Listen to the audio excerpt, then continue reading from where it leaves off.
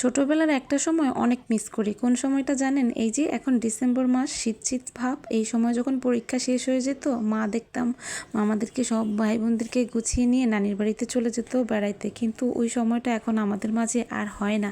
আর আমাদের বাচ্চাদের ক্ষেত্রে ওইরকমটা হয় না, কারণ নানির বাড়ির সামনেই তো থাকি, খালারা পপ্পিরা দাদিরা সব কাছাকাছি থাকি, ওইরকমভাবে যাওয়া হয় না আমাদের। তো যাই হোক, আজকে চলে আসছি ননদের বাসায়। আজকে বলতে কয়েকদিন আগের এই ভিডিওটা। বছর শেষ, পরীক্ষাও শেষ, আর বাচ্চারা তো শুধুমাত্র ঘুরতেই চায়, কোথায় যাবে। তো তাই ননদের বাসায় চলে গেলাম। 15ই ডিসেম্বরের ভিডিওটা।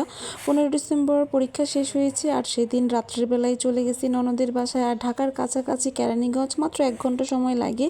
তো সেখানে যাওয়ার পর ননদের হাজব্যান্ড নাস্তা নিয়ে আসলো, সবাই মিলে খাওয়া দাওয়া করে। আর কালকে যেহেতু 16ই ডিসেম্বর জন্য তারা তাদের বাড়িটাকে মানে বিজয় উল্লাস করে পতাকা দিয়ে সাজাবে, সে রেডি করতেছিল। খুব সুন্দরভাবে সাজিয়েছিল, খুবই সুন্দর হয়েছে বাড়িটা। আর বাচ্চারাও খুব সুন্দর একটা টাইম পার করছে।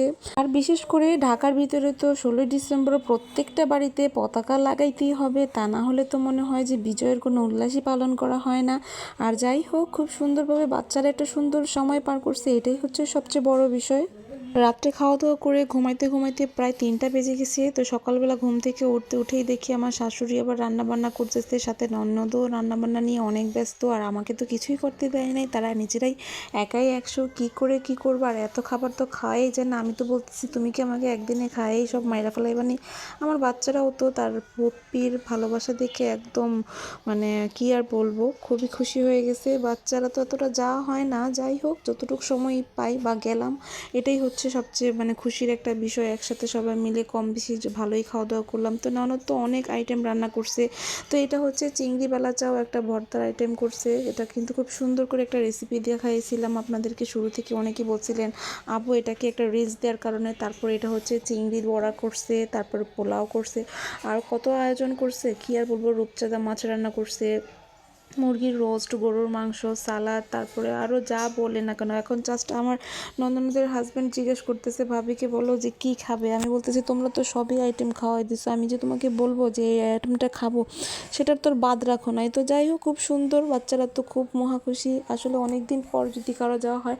আমার ননদের একটা ছেলে আছে, আর তারা খুব সুন্দরভাবে একে অন্যের সাথে মিশে গেছে, মানে খুব সুন্দরভাবে মানে খেলাধুলা করতেছে, খুব সুন্দর একটা টাইম। আর আমার ছোট্ট ছেলেটা আজকে এবার প্রথমেই তার ফুপ্পির বাসায় আসছে, সেও এসে কিন্তু খুব খুশি। সে কিন্তু মানে চারোদিকে লাইটিং দেখে খুব মানে খেলাধুলা করতেছে, সে বুঝতেই পারে না যে এটা অন্য কারো বাসায়। আর আলহামদুলিল্লাহ আমার বাচ্চারা খুবই মিশুক, সকলের সাথে খুব সুন্দরভাবে মানে মানিয়ে নেয়। অনেক বাচ্চারা আছে না যে নতুন কোনো জায়গায় গেলে সহজে মিশতে পারে না, খেলাধুলা করতে পারে না, বা বাচ্চাদের সাথে কথা বলে না। কিন্তু না, আমার বাচ্চারা একটু অন্যরকম, সহজে সকলের সাথে মিশতে পারে। আর ওদের বাড়িটা একদম খোলামেলা, তো তার জন্য আমার বাচ্চারা আরও বেশি হ্যাপি, খুব খুশি। আর আমার ছেলের পছন্দের কার্টুন দিয়ে দিছে, তো এতে করে আরও খুশি।